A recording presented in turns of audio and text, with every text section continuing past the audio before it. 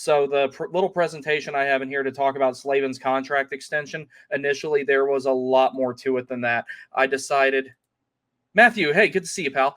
I initially decided to, or the presentation I initially had was significantly longer, and I decided to condense it. I have 4 comparable players, whereas initially I had 7 comparable players, and I felt like that. I felt like that was a few too many to make the comparison, so I trimmed some of the fat there, and I broke down some of the numbers for Jaccob Slavin in comparison to some of these other players who play comparable roles. And I'm going to go through that presentation there, and then I'm going to give my rationale as to why I think Jaccob Slavin is going to get the contract extension that I think he's going to get. Now, I would also like you guys to let me know what you like and dislike about the format of how I'm presenting this, because next I will be doing a Seth Jarvis video about his contract extension, and he's another one of those guys that I'm 99.999% sure he will get signed. All right, so cited references here are Hockey Reference, StatMuse, and Cat Friendly. Hockey Reference, of course, for the Hockey Reference and StatMuse for the player statistics, and of course Cat Friendly for the contract info for each of the players here. So the primary subject matter of this particular presentation is Jaccob Slavin. He is just turned 30, 7 years, $5.3 million AAV on his current contract, which has 1 year remaining. He will be eligible to sign an extension on July 1st of this year, and I have zero doubt that that will get done. I imagine it will be done shortly after the regular seat, or excuse me, it will be done shortly after July 1st, if not on July 1st. So looking at some of his career numbers here, games played, he has 665 total, 49 goals, 223 assists for a total of 272 points. Now, this is something I'm going to mention over and over again here. He's only had 86 penalty minutes in his entire life, and they are all minor penalties. He's never received a major. He's never been suspended for anything. He plays a very clean, non-physical game. Most of his penalties are usually delay of game, puck over glass penalties, and he has the occasional stick infraction. That's about it. Average time on ice, 20:56, so he does pull some heavy minutes. 1,105 shot blocks, 412 hits. So again, not the most physical player, but he does use selective body contact as needed. Takeaways, 638. Corsi percentage 52.8, Fenwick percentage 52.7. So he's very consistent in regards of how he generates possession for the Hurricanes. Points per game 0.41, and that's actually really good productivity for a defenseman who is thought of being not just purely a shutdown guy, but his main thing is being a shutdown guy. But he still has some pretty good production. So playoffs, he maintains that same steady production, and he also maintains that same steady defense. So in 71 games played, he has 7 goals, 29 assists for a total of 36 points. A lot of his goals that come in the playoffs are incredibly clutch as well. As you may remember, the 2 that he had against the Islanders last season, the 1 that he had against the Devils. Jaccob Slavin comes up at the right times when he does score goals. They're not just meaningless goals. He comes in clutch with them. Only 10 penalty minutes in 71 games played in the playoffs. That is remarkable. Playoffs is the last time that you need to be taking penalties. Average time on ice, 24:08. Now, the reason that that's a little bit higher, obviously, is because of overtime and everything like that. 134 shot blocks, 81 hits, 82 takeaways, and holding pretty steady in the possession metrics with a Corsi of 50.3, a Fenwick of 50.2, points per game 0.51. So the productivity tends to go up a little bit in the playoffs. Other relevant splits for an on-ice save percentage, 5-on-5, it's 91.7. Shorthanded, 84.7. Both of those are remarkable numbers, especially the shorthanded one. PIM per game, like I said, doesn't take a ton of penalties, 0.13. Total career goals against, 711. 192 of those have come while the Hurricanes are shorthanded. Now, here's one metric I find relatively impressive. You guys have always heard about goals saved above expected and, other metrics that are above expected. I don't like using plus minus as an absolute stat. I like using it as a reference point in comparison to other things. And this is a pretty cool one. So this is plus minus versus his expected plus minus, 151 of an actual plus minus versus an expected of 112.3. Very defensively competent player. Expected goals for versus expected goals against is 59.5. These are his career numbers. This is accounting for the couple of years he was playing for the Hurricanes before they or before they actually started making the playoffs, when the team was still bad for the first few seasons he was here. And he took a very team-friendly deal with Ron Francis for $5.3 million.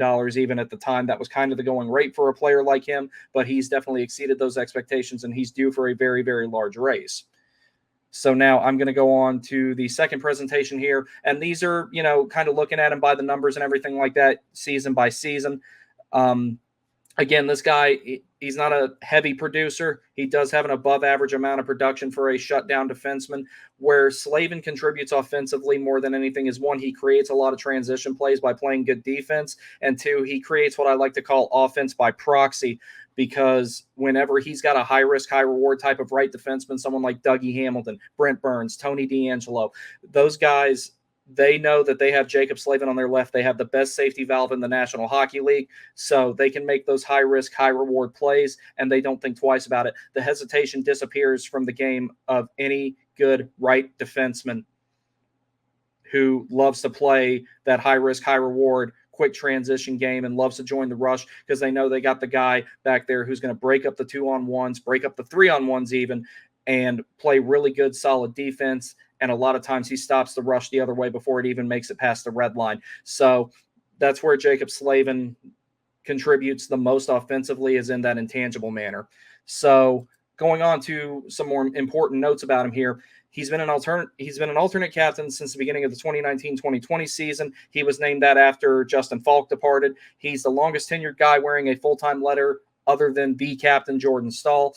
He signed a 7-year, $37 million contract with the Hurricanes on July the 12th, and he has received Lady Byng and Norris votes every single season he's been in the league, with the exception of his rookie season, and has won the Lady Byng twice. That's one thing I can't emphasize enough, the net positive that this guy gives you on the penalty kill in particular. Not only does he almost never take penalties, he's one of the best penalty killers in the league, and he might be the most valuable in terms of metrics. I'll get to that a little bit more in detail as soon as we're through the slides and everything like that. Now, one of the other things that I want to point out here, he's likely to have a lot of career longevity because he does not play with a ton of physicality. Jaccob Slavin is very selective when he uses body contact, and he doesn't go for the big hits. He goes enough to separate the puck from the player as opposed to the player from the puck. Now, Slavin can dish the body. We saw him hit Taylor Hall. We know what he's capable of when he has to do that, but he's not someone who plays that heavy physical game. He doesn't make a big hit to take himself out of the play. It's all about regaining possession and distributing the puck to the right place for him. That makes him incredibly valuable. So my overall contract projection for Jaccob Slavin is 8 years, $64 million for an average annual value of $8 million. Now, there is a specific reason why I think Jaccob Slavin is going to make right at about that, maybe up to 8.5. But if you get him for anything less than 8, it is an absolute steal. It would be exactly like when Aho came in under a $10 million AAV. If this guy were to hit the open market, which don't worry about that happening, that's not going to happen. If Jaccob Slavin were to hit the open market, someone would pay him 9.5 by the time that day came. But we're not going to have to worry about that. So now some comparable players here. I have 4 of them. I'm going to start with Jonas Brodin, who I think is the most comparable in terms of the play style. He's very much the same way. He doesn't lay the body a whole lot. He's all about separating the puck from the player with good gap control and a good defensive stick. So he signed a 7-year, $42 million contract with the Wild back in 2020. Now, that was when the landscape of the league was kind of weird because of all the shutdowns and everything like that. Keep that in mind. He is also 30 years of age. He has played 803 games, 54 goals, 186 for a total of 240 points, has a plus 22, 1,387 blocks, 419 hits. Again, not a very physical guy, 272 takeaways. Now, the possession metrics here are a little bit lower, but possession metrics are also very driven by the team around you. Slavin does contribute to the possession metrics of the Hurricanes greatly. Brodin does for his team as well. And this is also another guy who does not take a whole lot of penalties. So he's only had 244 in his whole career, and a lot of those are just accidental stick infractions where he accidentally gets the skates when he's going for a poke check or delay of game clearing the puck over the glass. Penalty kill, he's heavily relied on, just like Jaccob Slavin is. 187 total minutes on the penalty kill. Shorthanded on ice save percentage, 86.7. Power play goals against, 218. That's not that many when you're talking about how long this guy's been playing. Playoffs, same thing. Not a big producer, but definitely brings the same things to the table. And he's also had multiple Lady Bing votes. He hasn't won it yet, but Jonas Brodin plays a very, very similar game to Jaccob Slavin in regards of how he executes takeaways and how he doesn't go for the big hits. So now moving on to a more physical player here, Adam Pelech, one of my favorite non-Hurricanes. He signed an 8-year, $46 million contract with the New York Islanders on August 6, 2021. He's getting close to 30, but he's not quite there yet. 500 games played, 26 goals, 114 assists for a total of 140 points, plus 75. He is very good defensively. I'm not just basing that strictly on plus minus. 847 blocks, 725 hits. Adam Pelech likes to lay the body. 238 takeaways. Corsi 44.4, Fenwick 44.7, 201 penalty minutes. Pelech plays a more physical style of the game, so he's more likely to take penalties, and he gets into stuff after the whistle and all that. That's not Jaccob Slavin or Jonas Brodin's game. Playoffs, 59 games played, 3 goals, 13 assists, 16 points, plus 6, 110 blocks, 178 hits, 37 takeaways. Corsi 41.4, Fenwick 42.2. One thing to keep in mind with the Islanders, they haven't had the most playoff success in the last few seasons. They've been really bad, particularly in the last 2 seasons. I don't know why. Penalty minutes, 33 total. Penalty kill time on ice, that's supposed to say 120 minutes, so please forgive that. That was a typo on my part. And a shorthanded on ice save percentage, 81.9. And like I said, he defends more through physicality. But his average annual value, 5.75, signed a year after Jonas Brodin. And then now going on to the last 2 players here, as far as the structure of the contract goes that Slavin would get, I would say Devon Toews is the closest in terms of what Slavin's contract will look like. So he signed his contract with the Colorado Avalanche on October 13th, 2023, and he came in at 7 years, $7.25 million average annual value. Now, you were hearing me talk about offense by proxy earlier. Offense by proxy is something that Cale Makar benefits from thanks to Devon Toews. Cale Makar does a lot of the things that he does because he knows he's got Devon Toews to save him in the event that he makes a mistake, or if he coughs up the puck, or if a transition play just goes wrong, or if there's a high shot block close to the blue line. He knows that he's got Devon Toews there to take care of him. So in 397 games played, Devon Toews has 52 goals, 182 assists for a total of 234 points. So he's a little bit more of a producer than Slavin in terms of how quickly he's on pace to produce points and everything like that. 525 blocks, 344 hits. Devon Toews is someone that I think has almost that perfect mix of using the defensive stick and the well-timed gap control and the physicality. I think he does a little bit of all of it. Corsi, 53%, Fenwick, 52, penalty minutes, 100. Again, a guy that does not take a ton of penalties. Penalty kill, 233 minutes time on ice save percentage of 86.7, power play goals against 104, heavily relied on the penalty kill, just like Jaccob Slavin is. And in the playoffs, this guy has a Stanley Cup, and he was a pretty big contributor to them getting there, in my opinion. Very unsung hero type. 77 games played, 11 goals, 40 assists for a total of 51 points, plus 24, 101 blocks, 101 hits, 42 takeaways, Corsi of 53.8 and Fenwick of 53.3, and only 18 penalty minutes. So penalty kill, 71 minutes, relied on heavily there, and an on-ice save percentage of 93.3. So Devon Toews, I think, is kind of in that ballpark of what Slavin will be making in terms of getting more on the $8 million side. The biggest reason I think Slavin will get closer to $8 million than Devon Toews did is because of the resume. As you saw earlier, Jaccob Slavin had 600 plus games played already. So additionally to that, Jaccob Slavin also wears a letter. That's going to be a big factor in his contract as well. And lastly, one of the reasons I put this particular player on the list is I feel like he's one of the most underrated shutdown guys in the league. I don't feel like enough people talk about Esa Lindell. This guy is one of the best shutdown defensemen in the league, and he's an excellent penalty killer, but he doesn't give you a ton of production. So out of all the contracts that are comparable here, this is the one that's the furthest in the past. He signed a 6-year, $34 million deal, nearly $35 million deal on May 16th, 2019. He is also 30 years of age. In 604 games, he has 49 goals, 142 assists for a total of 191 points, plus 104, 1,100 blocks, 907 hits, 205 takeaways. Of course, he had 44.6, a Fenwick of 44.7, and penalty minutes 144. So very comparable in terms of what results you get out of Esa Lindell defensively. He just doesn't produce a whole lot, but he is heavily relied on by the Dallas Stars for their penalty kill. Penalty killing, again, time on ice, 290 minutes, shorthanded on ice save percentage of 85.8, power play goals against throughout his entire career, 231.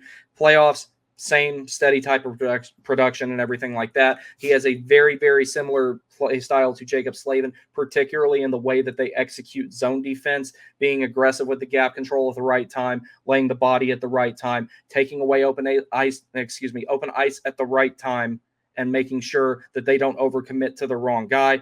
You saw what happened when that happened with David Pastrnak, when players overcommitted to the wrong players, and Brent Burns got stuck in no man's land, and Pastrnak took it to the net pretty much completely unopposed and scored. Something like that does not happen very often when Esa Lindell is on the ice. So very, very underappreciated player in my opinion. So that's the short version, I guess you could say, of why I think that Jaccob Slavin is going to make that $8 million ballpark, because it's not just what he does defensively. It's not just what he does in transition plays. It also has to do with what he does in the locker room, him being an alternate captain and being the longest tenured leadership on this team that will carry the torch of being the longest tenured leadership on this team once Jordan Staal retires in 3 seasons or so. I think that Jaccob Slavin is the best shutdown defenseman in the National Hockey League, and I'm working on compiling enough video evidence and presenting it in a manner in which I made my Aho video and my Nikishin video to make that case. But the more and more I look at the numbers of this guy, I legitimately believe he might be the biggest net positive on penalty killing in the league as an individual player in the post-lockout era. We basically have a third goalie. Yes. Now, that's one thing to keep in mind with Jaccob Slavin is he did play. So Jaccob Slavin played goalie growing up, and then he switched to playing defense. Jaccob Slavin also played baseball. So you can see a lot of what he does, or a lot of what he does as a defenseman, a lot of his shot blocking ability in particular. You can see some of that goaltending still in his elements of his game. When you look at his hand-eye coordination, a lot of that comes from him playing baseball. And another thing that I remember him saying, and I'm trying to find where I can get an actual quote of it, whether it be video or text in an article. Slavin's oldest sister, Jordan, played at, I want to say it was University of North Dakota.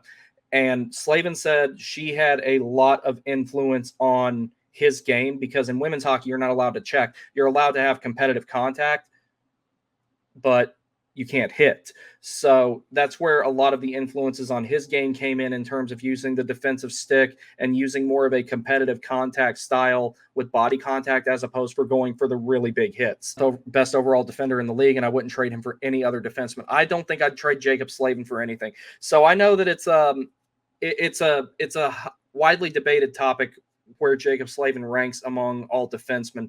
And I think that in terms of a shutdown defenseman, he is in a league of his own. That's why I think he's going to make more money than all the guys I just showed you. All the players I just showed you fill the exact same role. The only difference is Esa Lindell is utilized more in the second and third pair with Dallas than he is with the top one, even though I think he's still capable of playing top pair minutes if he had to and everything like that. But all those guys are left-handed shutdown defensemen who serve as safety valves for high-risk, high-reward right-side defensemen. And Slavin just really stands apart from a lot of those guys. I'm not saying that they're not good. They're all amazing players. But Slavin, just something about, or several things about him in terms of what he brings to the table stands out. Nah, give me Slavin. No one is better shutting down the opposition, which is what the position is all about. I agree. I think 8 is a good number for Slavin. I think he comes in around 7 to 7.5. If he takes less than 8, I will be ecstatic. I will be more happy about Slavin taking less than 8 than I was about Aho taking less than 10. But then there's Orlov making 7.75, so maybe that'll match or exceed. You know what? That's a good point. The reason I think that, Orlov's contract was so heavy because the term was short, because he knew he was stopgap until Nikishin gets here, and that he probably was not going to be re-signing here, at least not for that kind of money. If Shea doesn't come back, I think you can go ahead and look at extending Orlov, but it also, there's a bunch of different factors with that. Everything between now and July 1st is going to be really, really interesting. I put a lot of thought into about where Slavin would land at. If he comes in under 8, I'm going to be really happy. So one of the things that I've said before, and this is a good discussion to have. People have always talked about, or I won't say people, it was something I said. I think Jaccob Slavin is the most important player that this team has ever drafted.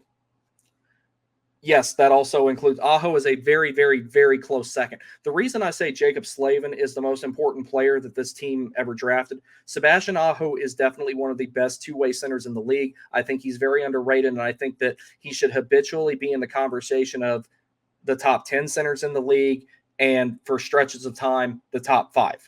However, he is not the best at what he does. He's never going to supersede McDavid, Matthews, McKinnon, guys like that for long stretches of time. Jaccob Slavin, for his role and what he does, he is the best that there is. So he laid the framework, I think, not single-handedly, of course. Pesci was involved and other guys like that. He laid the framework to pull this team out of the dark ages. Griff says, could you see a scenario where Slavin gets to see over Aho after Stahl leaves? No. Personally, the reason I don't see that is because I think that Slavin has solidified himself into wearing that letter and being the second in command, if you will. And they're just going to put Aho into the captaincy spot from there. Biggest reason being is Aho will be one of those guys that will go in the locker room when things aren't going well, and he'll raise his voice a little bit, drop some explicatives, and maybe try and, kick the guys into high gear and, all that type of stuff. Whereas with Slavin is more of that steady presence, that calm guy that doesn't have to yell. The good cop, bad cop thing, I think that'll be a good dynamic between the two of them.